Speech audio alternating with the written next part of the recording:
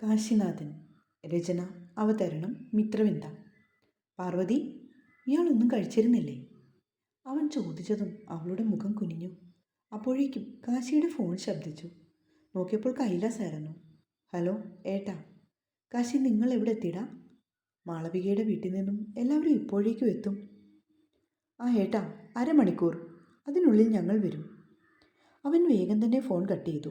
എന്നിട്ട് കാറിലേക്ക് കയറി. നേരെ വണ്ടി കൊണ്ടുപോയി നിർത്തിയത് ഒരു ഹോട്ടലിൻ്റെ മുന്നിലായിരുന്നു. ഇറങ്ങി വരൂ. കാശിയേട്ടാ, എനിക്കൊന്നും വേണ്ട.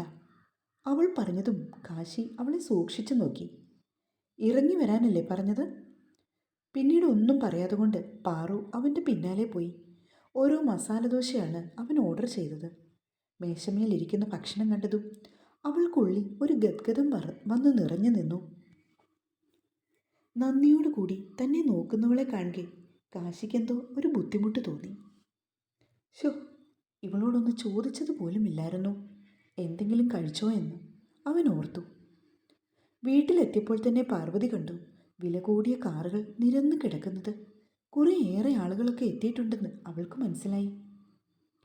വണ്ടിയിൽ നിന്ന് ഇറങ്ങാതിരിക്കുന്നവളെ അവൻ ഒന്നു നോക്കി. അവൻ ഡോർ തുറക്കാനാഞ്ഞതും പാർവതി അവൻ്റെ കയ്യിൽ കയറി പിടിച്ചു. എന്താ?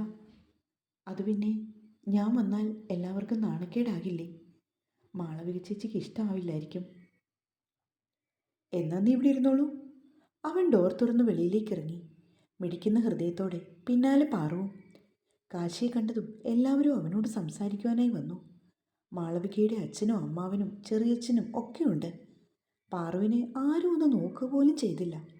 അവരോടൊക്കെ കുശലം പറഞ്ഞ ശേഷം കാശി ഉള്ളിലേക്ക് കയറി. അവൻ്റെ പിന്നാലെ കയറി വന്ന പാർവതിയെ കണ്ടതും മാളവികയുടെ മുഖം വീർത്തു. ഈ നാശം പിടിച്ചവൾ എന്തിനാ ഇപ്പോൾ എഴുന്നള്ളി വന്നത്? അവളാണെങ്കിൽ അടുത്തു നിന്ന് അമ്മാവിൻ്റെ മകളായ ദിയയോട് പതിയെ പറഞ്ഞു. എല്ലാവരെയും ഒന്ന് നോക്കി ബന്ധപ്പെട്ടൊന്ന് ചിരിച്ച ശേഷം പാർവതി തൻ്റെ മുഖത്തെയും കഴുത്തിലെയും വിയർപ്പുതുള്ളികൾ ഒപ്പി. മാളുവിൻ്റെ വീട്ടുകാരൊക്കെ കൊണ്ടുവന്ന പലഹാരക്കെട്ടുകളെല്ലാം ഒരു വലിയ ടേബിളിൽ നിരത്തി വച്ചിട്ടുണ്ട്. പിന്നെ എന്തൊക്കെയോ സാധനങ്ങൾ പൊട്ടിക്കാതെ കൂട്ടി വച്ചിട്ടുണ്ട്. പാർവതി എവിടെ പോയിരുന്നു? കണ്ടേ ഇല്ലല്ലോ എന്ന് ഞങ്ങൾ പറഞ്ഞതേ ഉള്ളൂ. മാളുവിൻ്റെ അമ്മ ചോദിച്ചു. ഞാൻ വീട് വരെ ഒന്ന് പോയതാണ് ആൻറ്റി. അവിടെ ഇനി ആരെ കാണാനാണ് കുട്ടി? അച്ഛനും അമ്മയും ഒക്കെ കെട്ടിത്തൂങ്ങി മരിച്ചതല്ലേ? പിന്നിൽ നിന്നും മാളവികയുടെ ബന്ധുജനങ്ങളിൽ ഏതോ ഒരു സ്ത്രീ പറയുന്നത് എല്ലാവരും കേട്ടു. അതെ, ദുർമരണം നടന്ന വീടാണ്. അതും 2 പേരുടെ. സ്ഥിരം അവിടേക്ക് പോകാതിരിക്കുന്നതാണ് കേട്ടോ നല്ലത്. കാര്യം അച്ഛനും അമ്മയൊക്കെ ആയിരിക്കും. എന്നാലും പണ്ടത്തെ ആളുകളൊക്കെ പറയാറില്ലേ, ഇങ്ങനെയൊക്കെയുള്ള വീടുകളിൽ പോകുമ്പോൾ നമ്മൾ വളരെയധികം ശ്രദ്ധിക്കണമെന്ന്. മറ്റാരോ അത് ഏറ്റുപിടിച്ച് കഴിഞ്ഞിരുന്നു അപ്പോഴേക്കും. ആ, അതൊക്കെ പോട്ടെ, കഴിഞ്ഞത് കഴിഞ്ഞു. ഇനി അങ്ങനെ ഒരു സംസാരത്തിൻ്റെ ആവശ്യമില്ല. കാശിയുടെ അമ്മയായ സുഗന്ധി അത് പറയുകയും പെട്ടെന്ന് അവിടെ ഒരു നിശബ്ദത തളം കെട്ടി. മാളവികയുടെ മുഖം ഇരുണ്ടു. അവളുടെ അമ്മയ്ക്കും അത് അത്ര ഇഷ്ടപ്പെട്ടില്ല. അതെ, അത് സത്യമാണ് സുഗന്ധി പറഞ്ഞത്. ആ പിന്നെ മോളെ പാർവതി, ഞങ്ങൾ ഇവിടെ മാളവികയുടെ അടുക്കള കാണൽ ചടങ്ങുമായിട്ട് ബന്ധപ്പെട്ട് വന്നതാണ് കേട്ടോ. അത് കേട്ടതും പാർവതി മെല്ലെ തലയാട്ടി. എന്തിനായിരുന്നു കുട്ടി 250 പവൻ സ്വർണമൊക്കെ സ്ത്രീധനം തരാമെന്ന് പറഞ്ഞ് ഇവരെ പറ്റിച്ചത്? അത്രയ്ക്ക് തങ്കപ്പെട്ട ആളുകളല്ലായിരുന്നോ ഇവർ? ഇത്രയും വലിയൊരു ഡ്രാമ നടത്താനും മാത്രം അതപ്പതിച്ചു പോയിരുന്നോ നിന്റെ അച്ഛനും അമ്മയും ഒക്കെ? മനഃപൂർവ്വം പാർവതി അവിടെ അപമാനിക്കുക എന്നൊരു ലക്ഷ്യം മാത്രമേ മാളവികയുടെ അമ്മയ്ക്ക് അപ്പോഴുണ്ടായിരുന്നുള്ളൂ. അവരുടെ ചോദ്യങ്ങൾക്കൊന്നും മറുപടി കൊടുക്കാനാവാതെ അവളുടെ മുഖം കുനിഞ്ഞു. എന്നാൽ സുഗന്ധി ചേച്ചി, എൻ്റെ സുഗന്ധി ചേച്ചി, ഈ കുട്ടിക്കൊരു കമ്മലും 3-4 വളയെങ്കിലും മേടിച്ചു കൊടുക്കുക കേട്ടോ. നോക്കിക്കേ, ദരിദ്രവാസി പിള്ളേരെ പോലെയാണ് ഈ കുട്ടിയുടെ നിൽപ്പ്. അവർ അടുത്ത അമ്പെറിഞ്ഞു. എങ്ങനെയെങ്കിലും അവിടെ നിന്നും ഒന്ന് രക്ഷപ്പെട്ടാൽ മതിയെന്ന അവസ്ഥയിലായിരുന്നു പാർവതി അപ്പോൾ. വൈദേഹി അവളെ അടുക്കളയിലേക്ക് വിളിച്ചപ്പോൾ വേഗം തന്നെ അവൾ അവിടെ നിന്നും പോയിരുന്നു. ഇങ്ങനൊരു ദരിദ്രവാസി പെണ്ണിനെ കെട്ടേണ്ട ഗതികേടാണല്ലോ കാശിക്ക് വന്നത്. മാളവികയുടെ അമ്മ സുഗന്ധിയെ നോക്കി പിറുപിറുത്തു. അത് കേട്ടതും കാശിയുടെ മുഖത്തെ പേശികൾ വലിഞ്ഞു മുറുകി. ഒരു ചടങ്ങ് നടക്കുന്നതിനാൽ അവൻ സംയമനം പാലിക്കുകയാണ് ചെയ്തത്. എന്നാലും ഇനി എന്തെങ്കിലും ഒരു വാക്ക് അവർ പറഞ്ഞിട്ടുണ്ടെങ്കിൽ അവരെ രണ്ടെണ്ണം പറയുവാൻ തന്നെയാണ് അവൻ്റെ തീരുമാനം. കൈലാസേട്ടനെ ഓർത്ത് മാത്രം എല്ലാം ക്ഷമിച്ച് അവൻ നിന്നു. എല്ലാവരെയും ഫുഡ് കഴിക്കുവാനായി കൈലാസം മാളവികയും ക്ഷണിക്കുകയാണ്. വിശാലമായ ഒരു പന്തലായിരുന്നു കോമ്പൗണ്ടിൽ ക്രമീകരിച്ചിരുന്നത്. എല്ലാവരും ഭക്ഷണം കഴിക്കുവാൻ ഇറങ്ങിപ്പോയതും പാർവതി വേഗം തന്നെ മുറിയിലേക്ക് പോയി. വല്ലാത്തൊരു മാനസികാവസ്ഥയിലായിരുന്നു അവൾ. ഫോൺ ശബ്ദിച്ചതും അവളത് എടുത്തു നോക്കി. വല്യമ്മയായിരുന്നു. ഹലോ വല്യമ്മേ, തിരക്കാണോ മോളെ? അല്ല പറഞ്ഞോളൂ, എന്താണ് വല്യമ്മേ? അത് മോളെ, നാളെ ചടങ്ങിന് വേണ്ടി മൊത്തത്തിൽ 15,000 രൂപയാകും എന്നല്ലേ പറഞ്ഞത്? രണ്ടാളുടെയും അല്ലേ കർമ്മം, അതനുസരിച്ചാണ് കാശ്. നീ അത്രയും പൈസ കൊണ്ടുവരണം കേട്ടോ. അവളുടെ മറുപടി പോലും കേൾക്കാതെ അവർ ഫോൺ കട്ട് ചെയ്തു. പാർവതി പേഴ്സ് എടുത്തു നോക്കി. കാശ് മൊത്തം എണ്ണിയപ്പോൾ 13,400 രൂപ. ഡയമണ്ട് റിങ് വിറ്റാൽ മതിയായിരുന്നു. കഷ്ടമായല്ലോ എൻ്റെ ഭഗവാനെ. അത് അച്ഛൻ വാങ്ങി തന്നതാണല്ലോ എന്നോർത്താണ് കൊടുക്കാഞ്ഞത്. ആകെപ്പാടെ ആ ഒരു മോതിരം മാത്രമേ ഉള്ളു താനും. ഇനിയിപ്പോൾ എന്താ വഴി? ആലോചിച്ച് നിന്നപ്പോഴാണ് ഡോറ് തുറന്ന് കാശി കയറി വന്നത്. അവളെയും കയ്യിലിരുന്ന നോട്ടുകെട്ടിലേക്കും അവൻ സൂക്ഷിച്ചു നോക്കി. നാളത്തെ കർമ്മം ചെയ്യാൻ വേണ്ടിയാ വല്യമ്മ വിളിച്ചു പറഞ്ഞിട്ട്. അതിന് ഞാനൊന്നും തന്നോട് ചോദിച്ചില്ലല്ലോ. അവൻ പാർവതിയെ നോക്കി. സോറി കാശിയേട്ടാ. For what Parvathi? അല്ല, മാളവിക ചേച്ചിയുടെ റിലേറ്റീവ്സ് എല്ലാവരും കൂടി. ഏട്ടന് നാണക്കേടായോ? അവർ പറഞ്ഞതിൽ എന്തെങ്കിലും തെറ്റുണ്ടോ? അവൻ പാർവതിയെ സൂക്ഷിച്ചു നോക്കി. ഇല്ലെന്ന് അവൾ ചുമൽ ചലിപ്പിച്ചു. കാശിയേട്ടാ പറയൂ, എന്താണ് പാർവതി? അത് നാളെ കാലത്തെ 7 മണിക്കാണ് സഞ്ചയനം, പിന്നെ കർമ്മങ്ങളൊക്കെ. എന്നെ ഒന്ന് കൊണ്ടുപോയി വിടാമോ കാലത്തെ? രാജേന്ദ്രൻ ചേട്ടനെ ഒന്ന് ഏർപ്പാടാക്കി തന്നാലും മതിയായിരുന്നു. ആ. അവൻ ഫോണിൽ എന്തൊക്കെയോ ചെയ്തുകൊണ്ട് അവിടെ ഇരിക്കുകയാണ്. കാലത്തെ ഏട്ടൻ തന്ന പൈസ ചിലവായിപ്പോയി. നാളത്തെ ആവശ്യത്തിന് എന്തൊക്കെയോ വാങ്ങാനായിട്ട് വല്യമ്മ പറഞ്ഞപ്പോൾ കൊടുത്തതായിരുന്നു.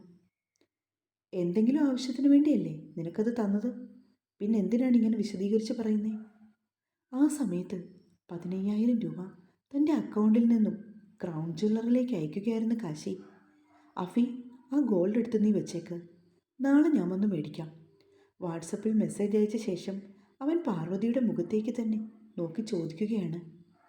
മുഖം കുനിച്ചുകൊണ്ട് നിൽക്കുന്നവളുടെ അടുത്തേക്ക് കാശി എഴുന്നേറ്റ് ചെന്നു.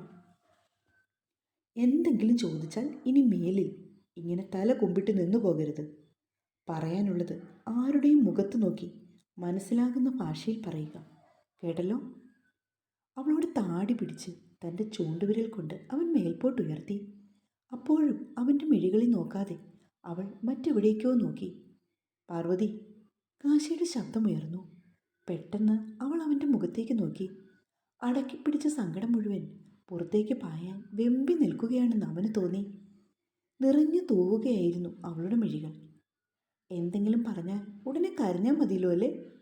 അപ്പോൾ പിന്നെ പ്രശ്നം തീരും. അങ്ങനെയാണല്ലോ വന്നപ്പോൾ മുതൽക്കേ. അവൻ അവളുടെ അടുത്തു നിന്നും മാറിപ്പോയി കസേരയിലിരുന്നു. ആ സമയത്തായിരുന്നു വൈദേഹി കയറി വന്നത്. മോനെ, ഇതെന്താ രണ്ടാളും കൂടി ഇവിടെ ഇരിക്കുന്നത്? ഇറങ്ങി വാന്നേ. വൈദേഹി വന്ന് കാശിയെ വിളിച്ചു. എല്ലാവരും ഫുഡൊക്കെ കഴിക്കട്ടെ ചേച്ചി. പിന്നെ എനിക്കൊരു കോൺഫറൻസ് കോൾ ഉണ്ട്, അതാണ് ഞാൻ ഇവിടേക്ക് കയറിപ്പോന്നത്. അവനാണെങ്കിൽ ഒരു ഒഴുക്കം മട്ടിൽ ചേച്ചിയോട് പറഞ്ഞു. പാറു, എന്നാൽ നീ ഇറങ്ങി വന്നേ. ഇത് എല്ലാവരും അവിടെയല്ലേ ഉള്ളത്? ഇങ്ങനെ മുറിയിൽ കയറി ഇരുന്നാൽ എങ്ങനെയാ? ഞാൻ ഇപ്പോൾ വരാം ചേച്ചി. പാർവതി വേഗം തന്നെ അവളോടൊപ്പം പോകാനായി തുനിഞ്ഞു. പാർവതി ഇപ്പോൾ തൽക്കാലം ഒരിടത്തേക്കും പോകണ്ട. ഗസ്റ്റിനെയൊക്കെ താൻ കണ്ടതും സംസാരിച്ചതുമല്ലേ? കാശി അത് പറഞ്ഞപ്പോൾ കടിഞ്ഞാണിട്ടതുപോലെ പാറു നിന്നുപോയി. അവൻ മനഃപൂർവ്വം ഇറങ്ങി വരാത്തതാണെന്ന് മനസ്സിലായതും വൈദേഹിയും പിന്നീട് അവിടെ നിൽക്കാതെ കൊണ്ട് പുറത്തേക്ക് പോയി. ഞാനും കൂടി. നിന്റെ ആരെങ്കിലും അവിടെ വന്നിട്ടുണ്ടോ? ഇല്ല. എന്നാൽ മര്യാദയ്ക്ക് ഇവിടെ ഇരുന്നോണം. എവിടേക്കും തൽക്കാലം പോകുന്നില്ല, കേട്ടല്ലോ? പാർവതി സമ്മതഭാവത്തിൽ തലകുലുക്കി. കുളിച്ചു മാറാനുള്ള ഡ്രസ്സും എടുത്തുകൊണ്ട് അവൾ വേഗം വാഷ്റൂമിലേക്ക് പോയി. കുറച്ചേറെ നേരം ഷവറിൻ്റെ അടിയിൽ അങ്ങനെ നിന്നു. അല്പം സമാധാനം തോന്നാനായിരുന്നു. കുളി കഴിഞ്ഞിറങ്ങി വന്നപ്പോൾ ഫോൺ വീണ്ടും ശബ്ദിച്ചു. പരിചയമില്ലാത്ത നമ്പർ. കാശിയാണെങ്കിൽ ലാപ്പിൽ എന്തോ ചെയ്യുകയാണ്. കോൾ ബട്ടൺ അമർത്തിയ ശേഷം അവൾ ഫോൺ കാതോട് ചേർത്തു. Hello. Hello Mrs Parvathi Kasinathan. Yes. എന്നെ മനസ്സിലായോ ഇയാൾക്ക്? ഇല്ല. ആരാണ്? ആ, നമ്മൾ ഇതേവരെയും നേരിട്ട് സംസാരിച്ചിട്ടില്ലല്ലോ അല്ലേ? ഇതാരായിരുന്നു? അവൾ ഒന്നുകൂടെ ചോദിച്ചു. ഞാൻ രാജശേഖരൻ തമ്പിയുടെ ഇളയ മകൻ വരുൺ. ഇപ്പോൾ മനസ്സിലായി കാണുമല്ലോ ഇയാൾക്ക്. വരുൺ എന്ന പേര് കേട്ടതും പാർവതി സ്തംഭിച്ച് നിന്നുപോയി. ഒന്നും മിണ്ടാതെ കൊണ്ട് ഫോണിൽ നോക്കി നിൽക്കുന്ന പാർവതിയെ കണ്ടതും അവൻ എന്തോ പന്തികേട് തോന്നി. നിന്റെ അച്ഛൻ എൻ്റെ കയ്യിൽ നിന്നും 10 ലക്ഷം രൂപ മേടിച്ചെടുത്തു. എന്നിട്ട് തിരിച്ചൊന്നും തരാതെ കൊണ്ട് തെക്കോട്ട് കെട്ടിയെടുക്കുകയും ചെയ്തു. ഇനി ഞാൻ എന്താണ് വേണ്ടത്? ആരോട് ചോദിക്കണം എനിക്ക് കിട്ടാനുള്ള പണം? അവൻ ചോദിച്ചതും പാർവനെ വിയർക്കാൻ തുടങ്ങി. പാർവതിക്ക് കേൾക്കാമോ ഞാൻ പറയുന്നത്? കേൾക്കാം. Okay okay. അപ്പോൾ ബാക്കി കാര്യങ്ങളൊക്കെ എങ്ങനെയാണ് പാർവതി? ഞാൻ എന്താണ് ചെയ്യേണ്ടത്? കൈലാസഗോപുരത്തിലേക്ക് വരട്ടെ? അയ്യോ വേണ്ട, ഇവിടേക്ക് വരണ്ട. കാശ് എത്രയും പെട്ടെന്ന് തിരിച്ചു തന്നോളാം. അത് മതി, എനിക്കെൻ്റെ കാശ് കിട്ടിയാൽ മതി. എനിവേ, എത്ര ദിവസമെടുക്കും? 2 വീക്സ്. അതിനുള്ളിൽ ഞാൻ തരാം. അത്രയും കാലതാമസം വേണമല്ലേ? ഓക്കെ, എന്തായാലും താൻ പറഞ്ഞ സ്ഥിതിക്ക് ഞാൻ വെയിറ്റ് ചെയ്യാം. ഫോൺ കട്ടാകുന്ന ശബ്ദം കേട്ടതും ഒരു നെടുവീർപ്പോടുകൂടി പാറു ബെഡിലേക്കിരുന്നു. ഇനി അധികനാൾ ഈ വീട്ടിൽ തുടരാനാവില്ല എന്ന് സത്യം അവൾ മനസ്സിലാക്കുകയായിരുന്നു. ഇനി എന്തൊക്കെയാണാവോ സംഭവിക്കാൻ പോകുന്നത്? കൃഷ്ണ, പരീക്ഷിച്ച് മതിയായില്ലെങ്കിൽ പിന്നെ എൻ്റെ ഈ ജീവനോട് എടുത്തൂടെ നിനക്ക്? ആരായിരുന്നു വിളിച്ചത്? കാശിയുടെ ശബ്ദം കേട്ടതും അവൾ ഞെട്ടി. അത് അച്ഛൻ്റെ ഒരു ഫ്രണ്ടിൻ്റെ മകൻ. എന്തിന്? അച്ഛൻ അയാളോട് കുറച്ച് കാശ് മേടിച്ചിരുന്നു. അത് തിരിച്ചു ചോദിച്ചു കാണാം. അത് പറയുമ്പോൾ അവളെ വിറച്ചു. അവനൊന്ന് ഇരുത്തി മൂളി. പാർവതിക്കാണെങ്കിൽ തല ചുറ്റുന്നത് പോലെയൊക്കെ തോന്നുകയാണ്. ഈശ്വര, അയാൾക്ക് എങ്ങനെ പൈസ തിരിച്ചു കൊടുക്കും? അതും 1 2 10 ലക്ഷം. ആരോട് ചോദിക്കും താനിനി? പൈസ കിട്ടാതെ വരുമ്പോൾ അയാൾ ഇങ്ങോട്ടെങ്ങാനും വരുമോ ദൈവമേ? പേടിയായിട്ട് വയ്യ. എവിടെയെങ്കിലും പോയി തല നെല്ലി ചത്തോട്ടെ ഞാൻ. ആർക്കും വേണ്ടാത്ത ഈ പാഴ്ജന്മമായി പോയില്ലേ എൻ്റെ കണ്ണ. പെറുപെറുത്താണേലും അല്പം ഉച്ചത്തിലായി പോയിരുന്നു. അവൾ പറയുന്നത് കേട്ടതും കാശിയുടെ നെറ്റി ചുളിഞ്ഞു. ഇയാൾ എന്തെങ്കിലും പറഞ്ഞോ? പെട്ടെന്ന് അവൻ ചോദിച്ചു. ഇല്ല കാശിയേട്ടാ, തോന്നിയതാവും.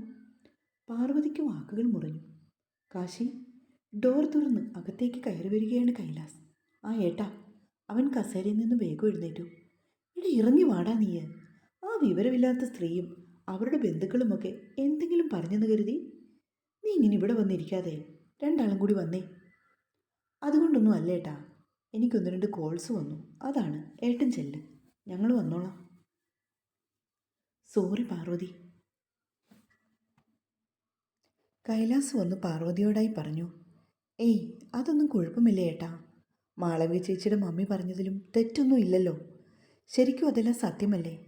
അവർ ആരുമല്ല തെറ്റ് ചെയ്തത്, ഞാനും എൻ്റെ വീട്ടുകാരുമാണ്. അതെല്ലാം ക്ലിയർ ചെയ്തുകൊണ്ട് എത്രയും പെട്ടെന്ന് ഞാൻ ഇവിടെ നിന്ന് മടങ്ങിക്കോളാം. ഇരു കൈകളും മാറിൽ പിണച്ചുകൊണ്ട് നനത്തിയൊരു പുഞ്ചിരിയോട് കൂടി അവൾ കൈലാസിനെ നോക്കി പറഞ്ഞു. മാളവികയുടെ വീട്ടുകാരൊക്കെ മടങ്ങിപ്പോയപ്പോൾ ഏകദേശം രാത്രി 9 മണിയായിരുന്നു. കുറച്ച് തിരക്കുണ്ടെന്ന് പറഞ്ഞ് കയറിപ്പോയ കാശിനാഥൻ അവർ യാത്ര പറഞ്ഞ് പോകാൻ നിന്നിട്ടും ഇറങ്ങി വരാഞ്ഞതിൽ എല്ലാവർക്കും അത്ഭുതമായിരുന്നു. പാർവതിയോട് മാളവികയുടെ വീട്ടുകാർ അങ്ങനെ സംസാരിച്ചത് അവൻ ഇഷ്ടമായില്ലെന്നത് കൈലാസിനും അച്ഛനും ഒക്കെ മനസ്സിലായി. അത്താഴം കഴിച്ച ശേഷം തിരികെ റൂമിലേക്ക് പോകാൻ കാശിയും പാർവതിയും തുടങ്ങിയപ്പോഴാണ് മാളവിക കയറി വന്നത്. അവരെ കണ്ടതും മാളവികയുടെ മുഖം ഇരുണ്ടു. കാശിനാഥൻ, അവളുടെ ശബ്ദമുയർന്നു. സുഗന്ധിക്കും വൈദേഹിക്കും ഒക്കെ തോന്നി എന്തോ പന്തികേടുണ്ടെന്ന്. എല്ലാവരും പരസ്പരം ഒന്ന് നോക്കി. എന്താണ് ഏട്ടത്തി? അവനും അവളെ നേരിടാനായി തന്നെയായിരുന്നു. എൻ്റെ മമ്മിയെ ഭരിക്കുവാനുള്ള അവകാശം ഇയാൾക്ക് ആരാണ് തന്നത്? അവളുടെ വാക്കുകൾ വിറച്ചു. What you mean? ഈ നിൽക്കുന്നവളില്ലേ, കാൽ കാശിന് ഗതിയില്ലാതെ വലിയൊരു ഡ്രാമ കളിച്ച് എല്ലാവരെയും വിദഗ്ധമായി ചീറ്റ് ചെയ്തുകൊണ്ട് ഈ തറവാട്ടിലേക്ക് വലതുകാൽ വെച്ച് കയറി വന്നവൾ. ഇവളോട് എൻ്റെ മമ്മി എന്തോ ഒന്ന് ചോദിച്ചു. അതിനാണോ ഇത്ര വലിയ പ്രശ്നമുണ്ടായത്? മാളവിക പറയുന്നത് എന്താണെന്ന് ആർക്കും മനസ്സിലായില്ല. ചേച്ചി? ചേച്ചിയോ? ആരുടെ ചേച്ചി? ഞാൻ എങ്ങനെയടി നിന്റെ ചേച്ചിയായത്? പാർവതിയുടെ ഇരു തോളിലും പിടിച്ച് ശക്തിയായി കുലുക്കുകയാണ് മാളവിക. എടി, കുടുംബക്കാരായാൽ അന്തസ് വേണോടി, അല്ലാതെ കാശുള്ള വീട്ടിലെ ആൺകുട്ടികളെ ട്രാപ്പിലാക്കുകയല്ല വേണ്ടത്. പിന്നെ കൂടിപ്പോയ 1 വർഷം, അതിനു മുന്നേ നിന്നെ ഇവിടെ നിന്നും കെട്ടിച്ചോളും. അല്ലാതെ കെട്ടിലമ്മയായി വാഴാമെന്ന് നീ കരുതണ്ട. ചീറിക്കൊണ്ട് പറയുകയാണ് മാളവിക. പാർവതിയുടെ മിഴികൾ നിറഞ്ഞു തൂവി. പാർവതി, മുറിയിലേക്ക് കയറിപ്പോകൂ. കാശിയുടെ അലർച്ച കേട്ടതും എല്ലാവരും ഒരുപോലെ ഞെട്ടി. പാവം പാർവതി, അവൾക്കാണെങ്കിൽ സങ്കടം കൊണ്ട് വയ്യ. പറഞ്ഞത് കേട്ടില്ലടി നീ? എന്ത് കൂത്ത് കാണുവാൻ വേണ്ടി നിൽക്കുക? അവൻ വീണ്ടും ശബ്ദമുയർത്തി. ആരെയും ഒന്ന് നോക്കുക പോലും ചെയ്യാതുകൊണ്ട് പാറു മുകളിലേക്ക് കയറിപ്പോയിരുന്നു. ഞാനേ ഇട്ടുമൂടാനുള്ള സ്വത്തുവകകളുമായിട്ട് വന്നവളാണ്, അല്ലാതെ ഇവളെപ്പോലല്ല. ഭിക്ഷക്കാരികൾക്ക് പോലും ഇതിലും അന്തസ്സുണ്ട്. മാളവിക പറയുന്നത് കേട്ട് പാർവതിക്ക് ചങ്ക് പൊട്ടുകയായിരുന്നു. അവൾ റൂമിൽ കയറി വാതിലടച്ചു കഴിഞ്ഞതും കാശിനാഥൻ മാളവികയുടെ അടുത്തേക്ക് വന്നു. എന്താണ് നിങ്ങളുടെ പ്രശ്നം? കാശിനാഥനൊന്നും അറിയില്ലേ? ഇല്ല, പറയൂ. എൻ്റെ മമ്മിയോടും അപ്പച്ചിയോടും കാശി എന്താണ് പറഞ്ഞത്? ഞാനെന്തു പറഞ്ഞു? നിന്റെ ഭാര്യയോട് ഇനി മേലിൽ മോശമായി സംസാരിക്കാൻ വേണ്ടി ഒറ്റയൊരെണ്ണം ഈ കുടുംബത്തിൽ കാല് കുത്തരുതെന്ന് നീ പറഞ്ഞോടാ? പറഞ്ഞു. അത് പറയുവാൻ നീ ആരാടാ?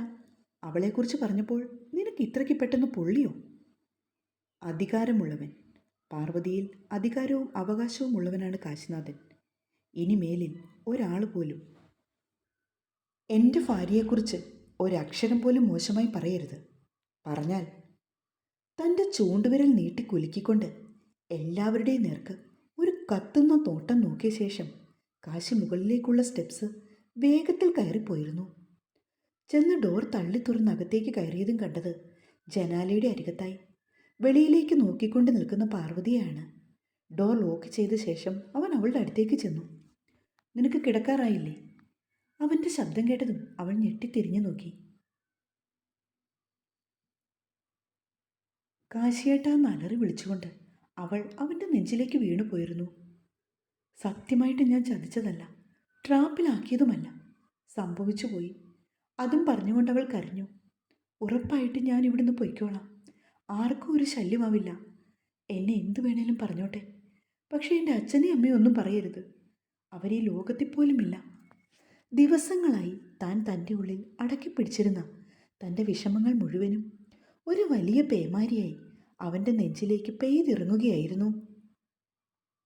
എന്തൊക്കെയോ അവ്യക്തമായി പുലമ്പിക്കൊണ്ട് അവൾ പിന്നെയും പൊട്ടിക്കരഞ്ഞു. കാശി അവളെ തന്നിൽ നിന്നും അടർത്തി മാറ്റിയില്ല, ചേർത്ത് പിടിച്ചതുമില്ല. എങ്കിലും തൻ്റെ നെഞ്ചോട് ചേർന്ന് കിടന്ന് വിതുമ്പുന്നവളെ കാണുന്തോറും അവൻ്റെ ഉള്ളിലും ഒരു നോവ് പടർന്നിരുന്നു. എത്ര നേരം പാർവതി ആ കിടപ്പ് കിടന്നുവെന്ന് അവൾക്ക് പോലും അറിയില്ല. തൻ്റെ സങ്കടങ്ങൾ കെട്ടണയില്ല എന്ന് ഒരിക്കലുമെന്ന് അവൾക്കറിയായിരുന്നു. എങ്കിലും ഒന്ന് ചായാനൊരിടം അതവൾക്ക് ആവശ്യമായിരുന്നു. സമയം പിന്നിട്ടുകൊണ്ടേയിരുന്നു. പാർവതി മതി കരഞ്ഞത്. അല്പം കഴിഞ്ഞതും അവൻ സാവധാനം അവളോട് പറഞ്ഞു. പെട്ടെന്ന് തന്നെ പാറു അവനിൽ നിന്ന് അകന്നു മാറി. മുഖമൊക്കെ ഒന്ന് കഴുകിയ ശേഷം വന്ന് കിടക്ക്. നാളെ നേരത്തെ വീട്ടിലേക്ക് പോകണ്ടേ തനിക്ക്? കണ്ണുനീർ തുടച്ചുകൊണ്ട് അവൾ വാഷ്റൂമിലേക്ക് പോയി. കാശിയാണെങ്കിൽ ഷർട്ട് ഊരി മാറ്റിയ ശേഷം ഒരു ഇന്നർ ബനിയൻ എടുത്തിട്ട് ബെഡിലേക്ക് വന്ന് കിടന്നു. മാളവികയുടെ മമ്മിയും അപ്പച്ചിയും കൂടി കാശി ഇറങ്ങിച്ചെന്നപ്പോൾ അവനെ നോക്കി എന്തോ പറഞ്ഞു. പാർവതിയെ വെറുതെ വിടരുതെന്നും താലി പൊട്ടിച്ചെറിയുവാനുമൊക്കെയായിരുന്നു അവരുടെ ഉദ്ദേശം. അത് കേട്ടതും അവന് കലി കയറി. വിളിച്ചു മാറ്റി നിർത്തിയിട്ട് നല്ല 4 വർത്തമാനം പറഞ്ഞു കൊടുത്തു 2 പേരോടും. അതിൻ്റെ ചുരുക്കായിരുന്നു അല്പം മുമ്പ് മകൾ തീർത്തത്. കാശേട്ടാ, പാർവതി വിളിച്ചതും അവൻ അവളെ നോക്കി. എനിക്കൊരു കാര്യം. മുഖവുരയുടെ ആവശ്യമില്ല പാർവതി, കാര്യം പറഞ്ഞോളൂ. ഞാൻ നാളെ തിരിച്ചു പോവാം എൻ്റെ വീട്ടിലേക്ക്. ഏട്ടൻ ഒരു വക്കീലിനെ കണ്ട ശേഷം കാര്യങ്ങളൊക്കെ എങ്ങനെയാണെന്ന് തീരുമാനിച്ചോളൂ. എന്താണെന്ന് വെച്ചാൽ ഞാൻ ചെയ്തു തരാം. അവൻ്റെ മുഖത്തേക്ക് നോക്കാതെ അവൾ പറഞ്ഞു, 2 ദിവസത്തിനുള്ളിൽ ഇയാളുടെ വീട് ജപ്തി ചെയ്യും. ബാങ്കിൽ നിന്നും ഇന്നൊരാൾ അച്ഛനെ കാണുവാൻ വന്നിരുന്നു. കാശി പറയുന്ന കേട്ടതും ശ്വാസം പോലും എടുക്കാൻ കഴിയാതെ അവൾ നിന്നുപോയി. 80 ലക്ഷം രൂപ ഇയാളുടെ അച്ഛൻ ബാങ്കിൽ നിന്ന് ലോൺ എടുത്തിരുന്നു. നാട്ടിലെന്തോ ബിസിനസ് നടത്താൻ വേണ്ടി. 7 മാസം കഴിഞ്ഞിട്ടും ബിസിനസ് ഒന്നും സ്റ്റാർട്ട് ചെയ്തില്ല. ലോൺ ഒരൊറ്റ തവണ പോലും തിരിച്ചടച്ചുമില്ല. ഇപ്പോൾ ഇയാളുടെ അച്ഛൻ മരിച്ച വിവരം അറിഞ്ഞപ്പോൾ ബാങ്കിനടുത്ത് നടപടി സ്വീകരിക്കണം പോലും. അവൾ കാശിയുടെ മുഖത്തേക്ക് ഉറ്റുനോക്കി നിൽക്കുകയാണ്, അവൻ പറയുന്നതെല്ലാം കേട്ടുകൊണ്ട്. അങ്ങനെ ഒരു ലോണിൻ്റെ കാര്യം പാർവതിക്ക് അറിയാമായിരുന്നോ? ഇല്ല. നിലവിൽ ഇയാളുടെ അച്ഛന് എന്തെങ്കിലും ബിസിനസ് ഉണ്ടായിരുന്നോ? ഇല്ല. നഷ്ടം വന്നുവെന്ന് പറഞ്ഞുകൊണ്ട് 2 മാസം മുന്നേ ദുബായിലെ കമ്പനികൾ ആർക്കൊക്കെയോ കൊടുത്തു. കൂടുതലായിട്ടൊന്നും എനിക്കറിയില്ല, പാർവതി പറഞ്ഞു. കാശി അവളെ സൂക്ഷിച്ചു നോക്കി. അവളുടെ മുഖത്ത് നിഴലിച്ച ഭാവം എന്താണെന്നുള്ളത് അവനറിയില്ലായിരുന്നു. കാശി പറയുന്നത് കേട്ടതും ശ്വാസമെടുക്കാൻ പോലും കഴിയാതെ അവൾ നിന്നു. കിടന്നിട്ടും ഉറക്കം വരാതെ കൊണ്ട് മുകളിലെ ചുവരിലേക്ക് നോക്കി കിടക്കുകയാണ് പാർവതി. ഈശ്വര, ഇതെന്ത് വിധിയാണോ? ഇനി എന്തൊക്കെയാവും സംഭവിക്കാൻ പോകുന്നത്? ഇത്രയും വലിയൊരു തുക, അതിനിടയിൽ വന്ന വരുണിൻ്റെ കോൾ. താൻ എന്ത് ചെയ്യും ഇങ്ങനെ പോയാൽ? സമയം എത്രയായി കാണും? അവൾ ക്ലോക്കിലേക്ക് നോക്കി. എങ്കിലും അരണ്ട വെളിച്ചത്തിൽ ഒന്നും കാണുവാൻ സാധിച്ചില്ല. ഈ രാത്രി കൂടി കഴിയാൻ നിൽക്കുന്നില്ല. എങ്ങോട്ടെങ്കിലും ഒളിച്ചോടാം. വീട് ജപ്തി ചെയ്യുന്നുവെന്ന് ഇവിടെ എല്ലാവരും അറിഞ്ഞാൽ ഇനി നാണം കെടാൻ വയ്യ. പാർവതിക്കാണെങ്കിൽ ആകെ ഒരു പരവേശം പോലെ. അവൾ വേഗം എഴുന്നേറ്റു. കാശി ഉറക്കത്തിലാണെന്ന് അവൾ കരുതി. പക്ഷെ കണ്ണുകൾ അടച്ചുകൊണ്ട് ഉറങ്ങും പോലെയാണ് അവനും കിടക്കുന്നത്. മാളവികയോടും വീട്ടുകാരോടുമൊക്കെ കുറച്ച് മോശമായി സംസാരിക്കേണ്ടി വന്നു. പാർവതിയെ അവർ മറ്റൊരു തരത്തിൽ ചിത്രീകരിച്ചപ്പോൾ തനിക്കെന്തോ അത് കേട്ടു നിൽക്കാൻ മനസ്സനുവദിച്ചില്ല. തൻ്റെ നെഞ്ചിലേക്ക് വീണ് പൊട്ടിക്കരഞ്ഞ പാർവതിയുടെ മുഖം മനസ്സിൽ നിന്നും മാഞ്ഞു പോകുന്നില്ല. പാവം, അവൻ ഓർത്തുപോയി. കാലിൽ ആരോ പിടിച്ചതുപോലെ തോന്നിയതും അവൻ കണ്ണു തുറന്നു. പാർവതിയായിരുന്നു. തൻ്റെ 2 പാദങ്ങളിലും പിടിച്ചിരിക്കുന്നു. അവൻ അനങ്ങാതെ കിടന്നു. എന്തൊക്കെയോ അവൾ അവ്യക്തമായി പറയുന്നുണ്ട്. പക്ഷെ അവൻ ആദ്യം ഒന്നും മനസ്സിലായില്ല. മാപ്പ് കാശിയേട്ടാ, അത്രമാത്രം അവൻ തിരിച്ചറിഞ്ഞു. ഇതെന്താ ഉദ്ദേശം? മാപ്പ് പറച്ചിലാണോ ആവോ? കാശി ഓർത്തു. അപ്പോഴേക്കും പാറു എഴുന്നേറ്റ് ബെഡിൽ നിന്നും ഊർന്നിറങ്ങി. ശബ്ദമുണ്ടാക്കാതെ അവൾ എഴുന്നേറ്റ് ചെന്ന് തൻ്റെ ബാഗ് എടുക്കുകയാണ്. ഫോണും എടുത്തു വെച്ചു. എന്നിട്ട് തൻ്റെ താലിമാലയിലേക്ക് ഒന്ന് നോക്കി. ഒരു നിമിഷം എന്തോ ആലോചിച്ച് നിന്ന ശേഷം കവിളിലെ കണ്ണീർ വലങ്കയ്യാൽ തുടച്ചു മാറ്റിക്കൊണ്ട് അവൾ അത് കഴുത്തിൽ നിന്ന് ഊരി മാറ്റി മേശമേൽ വെച്ചു. വീണ്ടും കാശിയെ നോക്കിയ ശേഷം ഡോർ തുറക്കാനായി വാതിൽക്കലേക്ക് ചെന്നു. ലോക്ക് എടുക്കാനായി കൈ ഉയർത്തിയതും മുറിയിൽ ആകമാനം പ്രകാശം നിറഞ്ഞു. ഞെട്ടിത്തിരിഞ്ഞ് നോക്കി അവൾ കാണുന്നത് തൻ്റെ നേർക്ക് ദഹിപ്പിക്കും മട്ടിൽ നോക്കുന്ന കാർത്തിയെയാണ്. അവളുടെ മുഖം കുനിഞ്ഞു. നീ എവിടെ പോവുക? അതും ബാഗൊക്കെ എടുത്തുകൊണ്ട്? ചോദിച്ചുകൊണ്ട് തൻ്റെ നേർക്ക് നടന്നു വരുന്നവനെ കാണും തോറും പാർവതിക്ക് ഭയമായി. മുഖം കുനിച്ച് തന്നെ അവൾ നിൽപ്പ് തുടർന്നു. കാശി അവളുടെ അടുത്തേക്ക് വരുംതോറും പാറുവിനെ അടിമുടി വിറച്ചു. നിനക്ക് ചെവി കോട്ടുകൂടെ എവിടെ പോവാണെന്ന്? അവൻ്റെ ശബ്ദമുയർന്നു. പാവം പെണ്ണ് ഒരു ഉത്തരം കൊടുക്കാനാവാതെ വിഷമത്തോടെ അവനെ നോക്കി. ഒളിച്ചോട്ടമായിരുന്നോ നിന്റെ ലക്ഷ്യം? അവൻ ചോദിച്ചതും പാർവതി വീണ്ടും തലകുനിച്ചു. മുഖത്ത് നോക്കടി പുല്ലേ. അവൻ്റെ ശബ്ദം അല്പം കൂടി ഉച്ചത്തിലായി. പാറുവിനെ പേടിച്ചു വിറയ്ക്കുകയാണ്. നിന്റെ താലിമാല എവിടെ? അവൻ വീണ്ടും ചോദിച്ചു. പാറുവിൻ്റെ ദൃഷ്ടി അത് ഊരിവെച്ച മേശമേലായിരുന്നു. കാശിയുടെ വലങ്കൈ വായുവിലൊന്നുയർന്നു പൊങ്ങി. ചെവിയിൽ ഒരു മൂളൽ പോലെ മാത്രം അവൾക്ക് ഓർമ്മയുണ്ടായിരുന്നുള്ളൂ. വാടിക്കുഴിഞ്ഞ് നിലത്തേക്ക് വീഴാൻ പോയവളെ കാശി വേഗം പിടിച്ച് നേരെ നിർത്തി. പക്ഷെ അപ്പോഴേക്കും അവൾ അവൻ്റെ ദേഹത്തേക്ക് ഊർന്നു വീണു. കാശിയേട്ടാ, മിണ്ടരുത് ഒരക്ഷരം പോലും. മുരണ്ടുകൊണ്ട് അവളെ താങ്ങി അവൻ ബെഡിലേക്കിരുത്തി.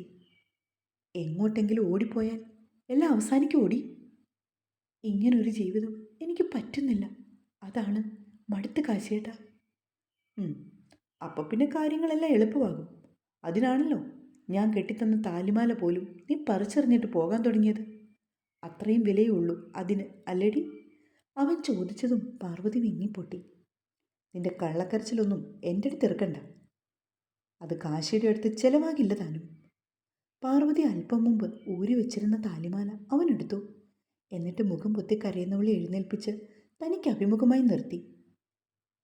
നിന്റെ കഴുത്തിൽ ഇത് കെട്ടിത്തന്നത് എന്നെ പട്ടടയിൽ വയ്ക്കും വരെയും ഇതിവിടെ കാണുവാൻ വേണ്ടിയാണ്. അല്ലാതെ നിനക്ക് തോന്നുമ്പോൾ തോന്നിയതുപോലെ കാണിച്ച് ഇറങ്ങിപ്പോകാനല്ല. അതും പറഞ്ഞുകൊണ്ട് അവൻ പാർവതിയെ ഒരിക്കൽ കൂടി ആ താലി അണിയിച്ചു. താലി കെട്ടിക്കഴിഞ്ഞതും അവൾ അവൻ്റെ ഇരു കൈകളും തൻ്റെ കൈകളിൽ കൂട്ടിപ്പിടിച്ചു. സോറി ഏട്ടാ, എന്നെ ഒന്ന് മനസ്സിലാക്കുമോ? മനസ്സിലാക്കിയതുകൊണ്ടാണ് നീ ഇപ്പോൾ ഈ മുറിയിൽ നിൽക്കുന്നത്. അതോർത്താൽ നന്ന്. രൂക്ഷമായി തന്നെയായിരുന്നു അവൻ പാർവതിയോട് പറഞ്ഞത്. എനിക്കാകെ ഭ്രാന്ത് പിടിച്ച അവസ്ഥയായിരുന്നു. ഇനി ആ വീടും കൂടി നഷ്ടമായാൽ ഞാനിനി എന്താണ് ചെയ്യേണ്ടതെന്ന് ഓർത്തുപോയി. ക്ഷമിക്കണം. തൻ്റെ ഇരു കൈകളും കൂട്ടിപ്പിടിച്ചുകൊണ്ട് നിസ്സഹായായി പറയുന്ന പാറുവിനെ ഒരു വേള അവൻ നോക്കി നിന്നു. കൂടുതലൊന്നും സംസാരിക്കണ്ട, വന്ന് കിടക്ക്. ഇപ്പോൾ തന്നെ സമയം 3 മണിയായിരിക്കുന്നു. നിനക്ക് കാലത്തെ പോവണ്ടേ? അവനത് പറയുകയും പാർവതി തലകുലുക്കി. പാർവതിയാണ് ആദ്യം കിടന്നത്. താൻ അടി കൊടുത്തതുകൊണ്ട് അവളുടെ വലത്തെ കവിൾ നീര് വെച്ചതുപോലെ ആയിരിക്കുന്നു. അത് കണ്ടതും അവന് വിഷമമായി. പാർവതി, അവൻ വിളിച്ചതും അവൾ അവൻ്റെ നേർക്ക് തിരിഞ്ഞു കിടന്നു. നിനക്ക് വേദനിച്ചോ? I am sorry. അതും പറഞ്ഞുകൊണ്ട് അവൻ അവളെ മുഖം തിരിച്ചു നോക്കി. ഞാൻ തെറ്റ് ചെയ്തതുകൊണ്ടല്ലേ, സാരമില്ല. അവനെ നോക്കി മറുപടി പറയുമ്പോഴും പാവം പാർവതി പുഞ്ചിരിക്കുകയായിരുന്നു ചെയ്തത്. അത് കണ്ടതും അവൻ്റെ ചങ്കൊന്നു പിടഞ്ഞു. എല്ലാവരിൽ നിന്നും ഒളിച്ചോടി നിനക്ക് എത്ര ദൂരത്തേക്ക് പോകാനാവും? അതോ എത്ര ദിവസത്തേക്ക്? അതോ ഇനി അച്ഛനും അമ്മയും കാണിച്ചതുപോലെ അങ്ങനെ എന്തെങ്കിലും ചെയ്യാനാണോ നിന്റെ പദ്ധതി? അവൻ്റെ ഓരോ ചോദ്യങ്ങൾക്കും മറുപടി ഒന്നും കൊടുക്കാനാവാതെ അവൾ അങ്ങനെ തന്നെ കിടന്നു. വീട് പോകുമല്ലോ എന്നോർത്ത് പേടിക്കണ്ട. അതിൻ്റെ കാര്യങ്ങളൊക്കെ ഞാൻ ബാങ്കിൽ വിളിച്ച് സെറ്റ് ചെയ്തിട്ടുണ്ട്. തന്നെ ഒന്ന് നോക്കുക പോലും ചെയ്യാതെ കൊണ്ട് ഗൗരവത്തിൽ പറയുന്ന കാശിയെ അവൾ ഇമചിമ്മിയൊന്ന് നോക്കി. തൽക്കാലം ഇവിടെ ആരും ഇതൊന്നും അറിയണ്ട, കേട്ടല്ലോ? പിന്നെ അത് മതി ഓരോരോ പ്രശ്നങ്ങളുണ്ടാവാൻ. ഇല്ല, ഞാൻ ആരോടും പറയില്ല. ആ പിന്നെ, ഞാൻ ഇതൊക്കെ ചെയ്തു തരുന്നതിന് പകരമായി നീ എനിക്ക് വേണ്ടി ഞാൻ പറയും പോലെ ഒന്ന് പ്രവർത്തിക്കണം. പറ്റുമോ നിനക്ക്? പെട്ടെന്ന് അവൻ ചോദിച്ചു. അവളുടെ നെറ്റി ചുളിഞ്ഞു. ഞാൻ എന്താണ് ചെയ്യേണ്ടത്? അത് പറയാം, പക്ഷേ നീ എനിക്ക് വാക്ക് തരണം. അവൻ തൻ്റെ വലതുകരം അവളുടെ നേർക്ക് നീട്ടി. കാശേട്ടാ, എന്നെക്കൊണ്ട് സാധിക്കുന്നത് എന്തും ഞാൻ ചെയ്തു തരാം, ഉറപ്പ്. തിരികെ അവൻ്റെ കയ്യിലേക്ക് അവളും കൈ ചേർത്തു. അപ്പോഴേക്കും അവൻ്റെ ചുണ്ടിൽ ഒരു പുഞ്ചിരി വിരിഞ്ഞു. തുടരും.